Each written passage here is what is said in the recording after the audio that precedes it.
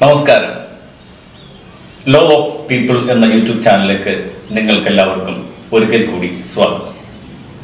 ഇന്ന് നാം ചർച്ച ചെയ്യുന്ന വിഷയം യൂണിഫോം സിവിൽ കോഡ് എന്നുള്ളതാണ്. മാധ്യമങ്ങളിലും ആനുകാലിക വേദികളിലും ഈ വിഷയം ചർച്ചയായിക്കൊണ്ടിരിക്കുന്നു. എന്താണ് യൂണിഫോം സിവിൽ കോഡ് എന്ന് നമുക്ക് പരിശോധിക്കാം. യൂണിഫോം സിവിൽ കോഡ് എന്ന് പറയുമ്പോൾ മലയാളികൾക്ക് മനസ്സിലാകുന്ന ഭാഷയിൽ ഞാൻ പറഞ്ഞാൽ, മാവേലി നാട് വാണിടും കാലം മനുഷ്യരെല്ലാവരും ഒന്നുപോലെ എന്ന് പറഞ്ഞാൽ എല്ലാ മനുഷ്യർക്കും ഒരേ നിയമം ബാധകമാകുന്ന ഒരു സംവിധാനമാണ് യൂണിഫോം സിവിൽ കോഡ് എന്ന് പറയുന്നത്. അപ്പോൾ പ്രേക്ഷകർക്ക് ഒരു സംശയം തോന്നാം, എല്ലാവർക്കും ഒരു നിയമമല്ലേ നമ്മുടെ രാജ്യത്തുള്ളതെന്ന്. അല്ല എന്നുള്ളതാണ് സത്യം. ഇവിടെ ക്രിസ്ത്യാനികൾക്കൊരു നിയമം, ഹിന്ദുക്കൾക്ക് വേറൊരു നിയമം, മുസ്ലിങ്ങൾക്ക് വേറൊരു നിയമം, അങ്ങനെ മതത്തിന്റെ അടിസ്ഥാനത്തിൽ നിയമങ്ങൾ മാറിക്കൊണ്ടിരിക്കുകയാണ്. എന്നാൽ യൂണിഫോം സിവിൽ കോഡ് വരുമ്പോൾ ജാതി മത വർണ്ണ വർഗ വ്യത്യാസമന്യേ എല്ലാ മനുഷ്യർക്കും ഒരു നിയമം ബാധകമായി. അതാണ് യൂണിഫോം സിവിൽ കോഡ് എന്നതുകൊണ്ട് ഉദ്ദേശിക്കുന്നത്. ഇനി ഈ യൂണിഫോം സിവിൽ കോഡ് എന്നുള്ള വിഷയം പുതുതായിട്ട് ആരും കണ്ടുപിടിച്ചതൊന്നുമല്ല. ഇന്ത്യൻ ഭരണഘടന എഴുതി ഉണ്ടാക്കിയപ്പോൾ, അതായത് 1949 തന്നെ യൂണിഫോം സിവിൽ കോഡ് എന്ന വാക്ക് ഭരണഘടനയുടെ കോൺസ്റ്റിറ്റ്യൂഷണൽ അസംബ്ലി പരിഗണിച്ചിരുന്നതാണ്. തന്നെയുമല്ല, ഇന്ത്യൻ കോൺസ്റ്റിറ്റ്യൂഷൻ എനാക്ട് ചെയ്തപ്പോൾ അതിൽ ആർട്ടിക്കിൾ 44 ആയിട്ട് അത് ഭരണഘടനയിൽ ചേർത്തിട്ടുമുണ്ട്. ഈ ആർട്ടിക്കിൾ 44 എന്ന് പറയുന്നത് ഭരണഘടനയുടെ പാർട്ട് 4ന്റെ ഭാഗമാണ്. പാർട്ട് 4 എന്ന് പറയുന്നത് directive principles of state policy എന്ന് പറയും.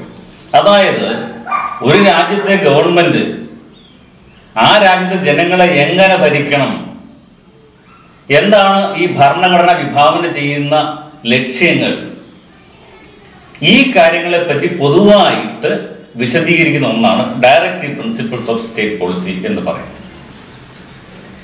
പാർട്ട് 4നെ പറ്റി സംസാരിക്കുമ്പോൾ പാർട്ട് 3യെ പറ്റി ഇവിടെ പരിഗണിക്കുന്ന കൂടുതൽ നന്നായിരിക്കും. പാർട്ട് 3 നമുക്ക് എല്ലാവർക്കും അറിയാം, ഫണ്ടമെന്റൽ റൈറ്റ്സ്, മൗലിക അവകാശങ്ങൾ. അപ്പൊ ഇന്ത്യൻ ഭരണഘടന പാർട്ട് 3യിൽ മൗലിക അവകാശങ്ങളാണ് പറയുന്നതെങ്കിൽ പാർട്ട് 4ൽ directive principles of state policy എന്ന വിഷയമാണ് ഭരണഘടന പ്രതിപാദിക്കുന്നത്. ഇനി ആ പാർട്ട് 3യിലുള്ള ഭരണഘടനയിലെ മൗലിക അവകാശങ്ങൾ അല്ലെങ്കിൽ fundamental rights that can be enforce എന്ന് പറഞ്ഞാൽ, നിങ്ങളുടെ മൗലിക അവകാശം നിഷേധിക്കപ്പെട്ടാൽ, ധ്വംസിക്കപ്പെട്ടാൽ നിയമം മൂലം, ഭരണഘടനാ നടപടിക്രമങ്ങൾ മൂലം അത് നടത്തിയെടുക്കുവാനായിട്ട് സാധിക്കും. നിയമത്തിൽ ഇങ്ങനെ പറയാറുണ്ട്, യു ബി ജസ്റ്റ് യു ബി റെമഡിയൽ, where there is a legal right then there is a legal remedy. നിങ്ങൾക്കൊരു അവകാശമുണ്ടെങ്കിൽ അത് നടത്തിയെടുക്കാനുള്ള അവകാശം കൂടി അതിനകത്ത് വേണം. അങ്ങനെ വരുമ്പോഴാണ് നിയമപ്രകാരമുള്ള അവകാശത്തിന് പ്രസക്തിയുള്ളൂ. അതുകൊണ്ട് ആർട്ടിക്കിൾ 32 ഓഫ് ദി കോൺസ്റ്റിറ്റ്യൂഷനിൽ പറയുന്നത്, when there is violation of fundamental rights, a citizen of this country can directly approach supreme കോടതി. ഇന്ത്യയുടെ ഏറ്റവും പരമോന്നത നീതിപീഠമായ സുപ്രീം കോടതിയിൽ വരെ ഒരു വ്യക്തിയുടെ ഫണ്ടമെന്റൽ റൈറ്റ് അല്ലെങ്കിൽ മൗലിക അവകാശം ധ്വംസിക്കപ്പെട്ടാൽ പോകാൻ സാധിക്കും. തന്നെയുമല്ല, ഹൈക്കോടതിയിൽ ആർട്ടിക്കിൾ 226 അനുസരിച്ച് മൗലിക അവകാശങ്ങളും മറ്റ് ലീഗൽ റൈറ്റ്സും വയലേറ്റ് ചെയ്താൽ പോകാനായിട്ട് സാധിക്കും. അങ്ങനെ ഇരിക്കെ ഇനി വേണം പാർട്ട് 4ലേക്ക് അല്ലെങ്കിൽ ഡയറക്റ്റീവ് പ്രിൻസിപ്പിൾസ് ഓഫ് സ്റ്റേറ്റ് പോളിസിയിലേക്ക് വരാൻ. ഡയറക്റ്റീവ് പ്രിൻസിപ്പിൾസ് ഓഫ് സ്റ്റേറ്റ് പോളിസിയിൽ ഒത്തിരി കാര്യങ്ങൾ പറയുന്നു. ഒരു ഗവൺമെന്റ് എങ്ങനെയായിരിക്കണം, എന്തൊക്കെയായിരിക്കണം ഈ ഭരണഘടന വിഭാവന ചെയ്യുന്ന ലക്ഷ്യങ്ങൾ എന്നുള്ളത്. എന്നാൽ in case if that constitution code is not achieved, can it be enforced under law? കോടതിയിൽ കേസ് കൊടുത്ത് അത് നടത്തിയെടുക്കാൻ സാധിക്കുമോ? സാധിക്കില്ല എന്നതാണ് സത്യം. അപ്പൊ ഇത് നടപ്പിലാക്കണം എന്നുണ്ടെങ്കിൽ കാലാകാലങ്ങളിൽ ഭരിക്കുന്ന ഗവൺമെന്റ് തീരുമാനിക്കണം. ഭരണഘടന എനാക്ട് ചെയ്ത് ഇത്രയും നാളായിട്ടും ഇതുവരെ അച്ചീവ് ചെയ്യാത്ത ഒരു കോൺസ്റ്റിറ്റ്യൂഷണൽ ഗോളാണ് യൂണിഫോം സിവിൽ കോഡ് അല്ലെങ്കിൽ കോമൺ സിവിൽ കോഡ് എന്ന് പറയുന്നത്. അത് ഭരണഘടനയിൽ എൻവിസേജ് ചെയ്തിട്ടും ഇന്ന് വരെ അച്ചീവ് ചെയ്തിട്ടില്ല.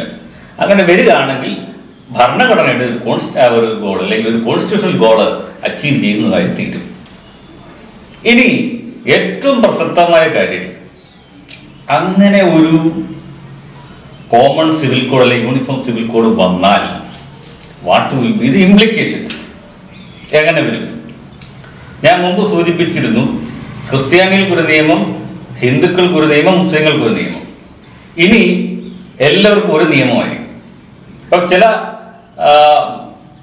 നിയമങ്ങൾ, സിവിൽ കോഡ് എന്ന് പറയുമ്പോൾ വ്യക്തിപരമായ പേഴ്സണൽ ലോ ആണ് ഉദ്ദേശിക്കുന്നത്. ക്രിമിനൽ ലോ അന്ന് നിന്നും എല്ലാവർക്കും ഒരുപോലെ തന്നെയാണ്. ഇനി ചില മതത്തിൽപ്പെട്ടവർക്ക് ഒന്നിൽ കൂടുതൽ വിവാഹം ഒരേ സമയം കഴിക്കുന്നതിൽ തടസ്സമില്ല. ഒന്നിൽ കൂടുതൽ ഭാര്യമാർ ആകാം. എന്നാൽ ചില മതങ്ങളിലെ നിയമങ്ങൾ അത് അനുവദിക്കുന്നില്ല.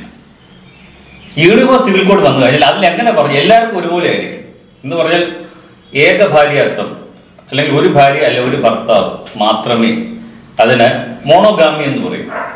അങ്ങനെയാണ് യൂണിഫോം സിവിൽ കോഡ് എൻവിസേജ് ചെയ്യുന്നതെങ്കിൽ അത് എല്ലാവർക്കും, എല്ലാ മതക്കാർക്കും, എല്ലാ ജാതിയിൽപ്പെട്ടവർക്കും ഒരുപോലെ ആയിരിക്കും. ഇനി അടുത്തത് വസ്തുവിന്റെ അല്ലെങ്കിൽ പ്രോപ്പർട്ടിയുടെ സക്സഷൻ. ഇപ്പൊ നിലവിലുള്ള നിയമം അനുസരിച്ച് ഒരു ഹിന്ദു ഡൈഡ് ഇൻഡസ്റ്റേറ്റ് ആണെങ്കിൽ അദ്ദേഹത്തിന്റെ പ്രോപ്പർട്ടി ക്ലാസ് 1 ഹെയർസിനാണ് പോകുന്നത്. ക്ലാസ് 1 ഹെയർസ് എന്ന് പറഞ്ഞു കഴിഞ്ഞാൽ ഭാര്യ, മക്കൾ, അമ്മ, ഇവരാണ് പ്രധാനമായിട്ട് അതിനകത്ത് വരുന്നത്.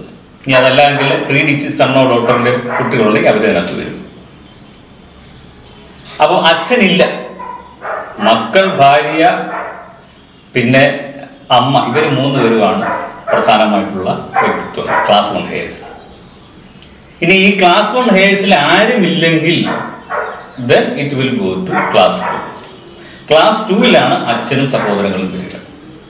ഇനി ക്ലാസ് 1 ഹെയറിലെ 1-2 കൂട്ടരില്ലെങ്കിൽ ഉള്ള വ്യക്തികളെ തുല്യമായിട്ട് തിരിച്ചെടുക്കും. ഫോർ എക്സാമ്പിൾ, ഒരു വ്യക്തിക്ക് മക്കളും ഇല്ല, ഭാര്യയും ഇല്ല, അല്ലെങ്കിൽ അവർ മരിച്ചുപോയി എന്ന സാഹചര്യത്തിൽ അമ്മയ്ക്ക് മാത്രം മുഴുവൻ പ്രോപ്പർട്ടിയും കിട്ടും. ഒരു ക്ലാസ്സിൽ ജീവിച്ചിരിക്കുന്ന എല്ലാവരും ഒരുമിച്ചാണ് പ്രോപ്പർട്ടി സക്സീഡ് ചെയ്യുന്നത്. ഇനി ഭാര്യയും മക്കളും, അല്ലെങ്കിൽ ഭാര്യയും അമ്മയും ഇല്ലെങ്കിൽ മക്കളെല്ലാവരും തുല്യമായിട്ട് വിധിച്ചിടും. ഇത് അങ്ങനെ നിൽക്കുമ്പോൾ ക്രിസ്ത്യാനികളുടെ നിയമത്തിലേക്ക് വരാം. അവിടെ നേരെ തിരിച്ചാണ്. ഭാര്യയ്ക്ക് 3/1 പ്രോപ്പർട്ടി, മക്കൾക്ക് ബാക്കി 3/2 പ്രോപ്പർട്ടി അവർ തുല്യമായിട്ട് വിധിക്കും. ഇനി അതല്ലെങ്കിൽ അടുത്ത ക്ലാസ്സിലേക്ക് പോകുന്നുണ്ട്. പക്ഷെ പ്രധാനമായിട്ടും ഭാര്യയും മക്കളും. നേരെ തിരിച്ച് സ്ത്രീയാണ് മരിക്കുന്നതെങ്കിൽ ഭർത്താവും കുട്ടികളും. ഹിന്ദുക്കളെ അങ്ങനെ തന്നെ, ഒരു സ്ത്രീയാണ് മരിക്കുന്നത് ഭർത്താവും കുട്ടികളും. മുസ്ലിംസിന്റെ നിയമവും വ്യത്യസ്തമാണ്. അപ്പം ഇങ്ങനെയുള്ള മുസ്ലിം നിയമം അനുസരിച്ച് ഒരു ഭാര്യയ്ക്ക് 8/1 അവകാശം കിട്ടുന്നു, മക്കൾക്ക് വേറെ, അച്ഛനും അമ്മയ്ക്കും ഉണ്ടാവും. അപ്പം ഇത് 3 വ്യത്യസ്തമാണ്. എന്നാൽ യൂണിഫോം സിവിൽ കോഡ് വന്നു കഴിഞ്ഞാൽ എല്ലാവർക്കും ഒരുപോലെ ആയിരിക്കും നിയമം. അതാണ് ഞാൻ പറഞ്ഞത്, ജാതി, മത, വർണ്ണ, വർഗ വ്യത്യാസമന്യേ എല്ലാവർക്കും ഒരുപോലെ ആയിരിക്കും. അപ്പൊ അങ്ങനെ വരുമ്പോൾ അത് ഒരു നല്ല കാര്യമല്ലേ എന്നുള്ളതാണ് പ്രസക്തമായ ചോദ്യം. അതിനെ അനുകൂലിക്കുന്നവരുമുണ്ട്, എതിർക്കുന്നവരുമുണ്ട്. എന്നാൽ കോൺസ്റ്റിറ്റ്യൂഷണൽ ഗോളായ യൂണിഫോം സിവിൽ കോഡ് വന്നു കഴിഞ്ഞാൽ ഇതായിരിക്കും ഇംപ്ലിക്കേഷൻ. ഇത് കഴിഞ്ഞിട്ട് അങ്ങനെ വരുമ്പോൾ ഒരു ഗുണം എന്താണെന്ന് വെച്ച് കഴിഞ്ഞാൽ എല്ലാവർക്കും ഒരേ നിയമമാണ് എന്ന് നമുക്ക് സന്തോഷത്തോടെ പറയാൻ സാധിക്കും. മതത്തിൻ്റെ പേരിൽ, ജാതിയുടെ പേരിൽ വ്യക്തികളെ, പൗരന്മാരെ തമ്മിൽ വേർതിരിക്കേണ്ട ആവശ്യം വരുന്നില്ല. ഇവിടെ ഒരു പ്രധാനപ്പെട്ട കാര്യം, India is a secular state. Secular state എന്ന് പറഞ്ഞാൽ there is no state recognised religion. ഭാരത ഗവൺമെന്റിന്റെ അല്ലെ സർക്കാരിന്റെ ഔദ്യോഗികമായ ഒരു മതമില്ല. അങ്ങനെയുള്ള സെക്യുലർ സ്റ്റേറ്റായ ഇന്ത്യയിൽ, അത് ഭരണഘടനയുടെ പ്രിയാമ്പിൾ തന്നെ പറയുന്നു, India is A sovereign socialist secular democratic republic, it's A secular republic. അങ്ങനെയാണെങ്കിൽ ആ സെക്യുലറിസം നിയമത്തിലൂടെ വരണ്ടേ? സെക്യുലർ എന്ന് പറയുകയും ഓരോ മതക്കാർക്കും ഓരോ നിയമം വെക്കുകയാണെങ്കിൽ അതെങ്ങനെ സെക്യുലർ ആവും? അപ്പം യൂണിഫോം സിവിൽ കോഡ് വരുന്നതോടെ യഥാർത്ഥത്തിൽ ഇന്ത്യ ഒരു സെക്യുലർ സ്റ്റേറ്റായിട്ട് മാറുന്നതിനോടൊരു വലിയ നാഴികക്കല്ലായി തീരും. അതുകൊണ്ട് യൂണിഫോം സിവിൽ കോഡ് ഒരു ഭരണഘടനയുടെ അല്ലെങ്കിൽ കോൺസ്റ്റിറ്റ്യൂഷണൽ ഗോളാണ്. അത് വരുമ്പോൾ എല്ലാവരെയും ഒരുപോലെ നിയമത്തിൽ പരിഗണിക്കും. അങ്ങനെ വരുന്ന ഒരു കാര്യം കോൺസ്റ്റിറ്റ്യൂഷണൽ ഗോളായിരിക്കെ അത് സമീപ ഭാവിയിൽ സംഭവിക്കും എന്ന് നമുക്ക് പ്രതീക്ഷിക്കാം. പൊതുവെ വ്യക്തിയിൽ ചോദിക്കുന്ന ഒരു സംശയം എന്ന് പറയുന്നത്, യൂണിഫോം സിവിൽ കോഡ് വരുന്ന സമയത്ത് സംവരണം ഇല്ലാതാകുമോ, സംവരണം സാമ്പത്തിക അടിസ്ഥാനത്തിലാകുമോ എന്നുള്ളതാണ്. യഥാർത്ഥത്തിൽ ഈ സിവിൽ കോഡ് എന്ന് പറയുന്നത് വ്യക്തി നിയമമാണ്. അതായത് പ്രധാനമായിട്ടും വിവാഹം അല്ലെങ്കിൽ സക്സഷൻ, വസ്തുവകകൾ, ഒരു വ്യക്തി മരിച്ചു കഴിഞ്ഞാൽ, ഇൻഡസ്ട്രിയിലായിട്ട് മരിച്ചു കഴിഞ്ഞാൽ അദ്ദേഹത്തെ കാലശേഷം എങ്ങനെ, ഇതൊക്കെയാണ് പ്രധാനമായിട്ടുള്ള അഡോപ്ഷൻ, മെയിൻ്റനൻസ്, ഇങ്ങനെയൊക്കെയുള്ള കാര്യങ്ങളാണ് വ്യക്തി നിയമം കൊണ്ട് ഉദ്ദേശിക്കുന്നത്. സംവരണം ഇതിന്റെ ഭാഗമല്ല എന്ന് വേണം പറയാൻ. സംവരണം വരുന്നത് ഗവൺമെന്റ് എംപ്ലോയ്മെന്റിന് ഗവൺമെന്റ് വേണമെങ്കിൽ സംവരണം കൊടുക്കാം. അതും കോൺസ്റ്റിറ്റ്യൂഷണൽ ഗോളാണ്. സാമ്പത്തികമായും മറ്റും പിന്നോക്കം നിൽക്കുന്ന സ്ത്രീകളും കുട്ടികളും അങ്ങനെയുള്ളവർക്ക് വേണ്ട സംവരണം അല്ലെങ്കിൽ അവർക്ക് വേണ്ട ആരോഗ്യ സ്പെഷ്യൽ ലോസ് ഉണ്ടാക്കുന്ന ഒരു കാര്യം, അത് ഡയറക്ടറി പ്രിൻസിപ്പൾ സ്റ്റേറ്റ് പോളിസിന്റെ ഭാഗമാണ്. പക്ഷേ ഈ യൂണിഫോം സിവിൽ കോഡ് ആക്ച്വലി വന്നിട്ടില്ല. വന്നു കഴിഞ്ഞാൽ വ്യക്തമായിട്ട് അതിലെ വകുപ്പുകൾ എന്തൊക്കെയാണെന്ന് പറയാൻ പറ്റുള്ളൂ. എന്നാൽ സംവരണം യൂണിഫോം സിവിൽ കോഡിന്റെ ഭാഗമായിട്ടോ അല്ലാതെ വേണമെങ്കിൽ പാർലമെന്റിന് എടുത്തു കളയാം, അല്ലെങ്കിൽ ലെജിസ്ലേച്ചറിന് എടുത്തു കളയാം. സംവരണം ഉണ്ടായിക്കോണം നിർബന്ധമൊന്നുമില്ല. ഈ സംവരണം എന്ന് പറയുന്നത് തന്നെ ഒരു താൽക്കാലികമായ കാര്യമാണ്. താൽക്കാലികമായിട്ട് സമൂഹത്തിലെ പിന്നോക്കാവസ്ഥയിൽ നിൽക്കുന്നവര്, അത് ജാതീയപരമായിട്ടാവാം, സാമ്പത്തികപരമായിട്ടാവാം, അപ്പൊ അങ്ങനെയൊക്കെ ഉള്ളവരെ ഒന്ന് മുന്നോട്ട് കൊണ്ടുവന്ന് സമൂഹത്തിന്റെ മുഖ്യധാരയിൽ എല്ലാവരുമായിട്ട് ഒരുപോലെ ആക്കുന്നതിന് വേണ്ടിയാണ് സംവരണം കൊടുക്കുന്നത്. എന്നും സംവരണം തുറന്നാൽ ഉള്ള കുഴപ്പം പിന്നെ ഡിസ്ക്രിമിനേഷനായി. അങ്ങനെയാണെങ്കിൽ ആർട്ടിക്കിൾ 14 വയലേഷനാണ്. ആർട്ടിക്കിൾ 14 ഓഫ് ദി കോൺസ്റ്റിറ്റ്യൂഷൻ പറയുന്നത് there shall be equality before law and equal protection of law. അപ്പം നിയമത്തിന് മുന്നിൽ എല്ലാവർക്കും തുല്യത ഉണ്ട് എന്ന് ഭരണഘടന അനുച്ഛേദം 14 വിഭാവനം ചെയ്യുമ്പോൾ സംവരണം കൊണ്ടുമ്പോൾ തുല്യത ഇല്ലാതാവുകയല്ലേ ചെയ്യുന്നത്. എന്നാൽ അത് താൽക്കാലികമായ ഒരു സിറ്റുവേഷൻ കോപ്പപ്പ് ചെയ്യുന്നതിന് വേണ്ടി ചിലരെ സമൂഹത്തിന്റെ മുഖ്യധാരയിലേക്കും ഉയർന്ന നിലയിൽ കൊണ്ടുവന്നതിന് മാത്രം ചെയ്യുന്ന കാര്യമാണ്. അപ്പം സംവരണം എന്നും തുടരണമെന്ന് നിർബന്ധമില്ല. അത് parliament in its wisdom or state legislature in its wisdom അത് തീരുമാനിക്കേണ്ടതാണ്. സംവരണം വേണമെങ്കിൽ എടുത്തു കളയുന്ന തടസ്സമൊന്നുമില്ല. അത് സാധാരണഗതിയിൽ യൂണിഫോം സിവിൽ കോഡുമായിട്ട് വലിയ ബന്ധമൊന്നുമില്ല. പക്ഷെ ഇന്ന് പറഞ്ഞാൽ പോലും സംവരണം എടുത്തു കളയുന്നതിന് ഉള്ള അധികാരം നിയമനിർമ്മാണ സഭയ്ക്കുണ്ട്. പിന്നെ സാമ്പത്തിക അടിസ്ഥാനത്തിൽ സംവരണം കൊണ്ടുവരിക, അതും നിയമപരമായി സാധ്യമാണ്. അതും യൂണിഫോം സിവിൽ കോഡിന്റെ ഭാഗമല്ലത്. എന്നിരുന്നാൽ പോലും സാമ്പത്തിക സംവരണം വേണമെങ്കിൽ നിയമപ്രകാരം കൊണ്ടുവരാം എന്ന് പറഞ്ഞാൽ, ജാതീയമായി മുന്നോട്ട് കൊണ്ടുവരുന്നവർ ജാതീയമായ സീറ്റ് സംവരണം കൊടുക്കുന്നതിൽ, പ്രത്യേകിച്ചും ഗവൺമെന്റ് എംപ്ലോയ്മെന്റിന് കൊടുക്കുന്നതെങ്കിൽ, അതേപോലെ തന്നെ സാമ്പത്തികമായി പിന്നോട്ട് നിൽക്കുന്നവർക്ക് ഗവൺമെന്റ് പബ്ലിക് എംപ്ലോയ്മെന്റിന് കൂടുതൽ ഓപ്പർച്യൂണിറ്റി റിസർവേഷൻ കൊടുത്താൽ അതും സംവരണമാണ്. സംവരണം എപ്പോഴും ജാതി അടിസ്ഥാനമായിക്കൊണ്ട് നിർബന്ധമൊന്നുമില്ല. അപ്പൊ അങ്ങനെ വേണമെങ്കിൽ കൊണ്ടുവരാം. പക്ഷെ ഈ സംവരണവും യൂണിഫോം സിവിൽ കോഡുമായിട്ട് ഡയറക്റ്റായിട്ട് ബന്ധമില്ല എന്ന് വേണം പറയാൻ. ഇത് വ്യക്തി നിയമങ്ങളുമായിട്ട് ബന്ധപ്പെട്ടുള്ളതാണ് യൂണിഫോം സിവിൽ കോഡ്. അത് വിവാഹം, പ്രോപ്പർട്ടിയുടെ സക്സഷൻ, അഡോപ്ഷൻ, മെയിൻ്റനൻസ്, ഇങ്ങനെയുള്ള കാര്യങ്ങളുമായിട്ട് ബന്ധപ്പെട്ട് ഗാർഡിയൻഷിപ്പ്, കുട്ടികളുടെ കസ്റ്റഡി, അങ്ങനെയുള്ള കാര്യങ്ങളുമായി ബന്ധപ്പെട്ടാണ് സിവിൽ കോഡ് അല്ലെങ്കിൽ പേഴ്സണൽ ലോ പ്രധാനമായിട്ടും അത് റിവോൾവ് ചെയ്യുന്നത്. പൊതുവെ ഉന്നയിക്കപ്പെടുന്ന മറ്റൊരു സംശയം എന്ന് പറയുന്നത് വിവാഹമോചനം ആയി ബന്ധപ്പെട്ട നിയമം എങ്ങനെ മാറുന്നു എന്നുള്ളതാണ്.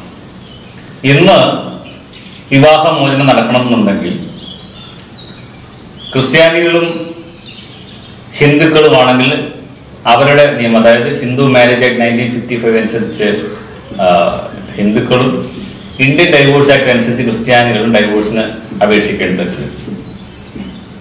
അപ്പൊ അവർക്ക് രണ്ട് നിയമങ്ങളാണ്. ഇതിലെ ഗ്രൗണ്ട്സും തമ്മിൽ ചിലതൊക്കെ കോമൺ ആണെങ്കിലും ചിലത് വ്യത്യസ്തമാണ്. ഇനി മുസ്ലിങ്ങളുടെ ഭാഗത്തിലേക്ക് വരുമ്പോൾ ഒരു ഭർത്താവിൻ ഭാര്യയെ മൊഴി ചൊല്ലുന്നതിന് കോടതി പോകേണ്ട ആവശ്യമേ ഇല്ല, തലാഖ് ചൊല്ലിയാൽ മതിയാവും. ഭാര്യയ്ക്ക് ഭർത്താവിനെ ഡൈവോഴ്സ് ചെയ്യുന്നതിന് കോടതിയിൽ പോകേണ്ടതായിട്ടും വരും. എന്നാൽ അല്ല എന്ന് പറയുന്ന ചില വാദമുണ്ട്. പക്ഷെ പൊതുവെ മുസ്ലിം സ്ത്രീകൾക്ക് കോടതിയിൽ പോയി ഡൈവോഴ്സ് മേടിക്കുന്ന ഒരു രീതിയാണ് നിലവിൽ നിയമം അനുശാസിക്കുന്നത്. ചുരുക്കി പറഞ്ഞാൽ ഓരോ മതത്തിൽപ്പെട്ടവർക്കും വിവാഹമോചനത്തിന് വ്യത്യസ്തമായ ഗ്രൗണ്ടുകളും വ്യത്യസ്തമായ നിയമവുമാണ് ഉള്ളത്. എന്നാൽ യൂണിഫോം സിവിൽ കോഡ് വന്നു കഴിയുമ്പോൾ ഇതെല്ലാം ഒന്നാകും. എല്ലാവർക്കും ഒരേ ഗ്രൗണ്ട്സ് ആയിരിക്കും വരിക. ഒരു നിയമം തന്നെ കടന്നു വരും. യൂണിഫോം സിവിൽ കോഡ് വരുമ്പോൾ പല നിയമങ്ങളും വേണമെങ്കിൽ റദ്ദ് ചെയ്യാം പാർലമെന്റിൽ. അതായത് Hindu marriage act, Indian divorce act, അങ്ങനെ തുടങ്ങിയ നിയമങ്ങൾ പാർലമെന്റിൽ വേണമെങ്കിൽ റദ്ദ് ചെയ്യാനും സാധിക്കും. പുതിയ യൂണിഫോം സിവിൽ കോഡ് എല്ലാം ഒരുമിച്ചാക്കാനും സാധിക്കും. അതിന്റെ ഒരു ഗുണമെന്ന് പറയുന്നത് എല്ലാവർക്കും ഒരേ രീതിയിൽ നിയമം ബാധകമാകുമ്പോൾ കൂടുതൽ സുതാര്യത വരും, ക്ലാരിറ്റി ഉണ്ടാവും, ആരെയും വിവേചനം നടത്തി എന്നുള്ള ഒരു തോന്നൽ ഉണ്ടാവില്ല. അതുകൊണ്ട് യൂണിഫോം സിവിൽ കോഡ് കടന്നു വരുന്നത് നല്ലതാണ് എന്നാണ് എൻ്റെ വ്യക്തിപരമായ അഭിപ്രായം.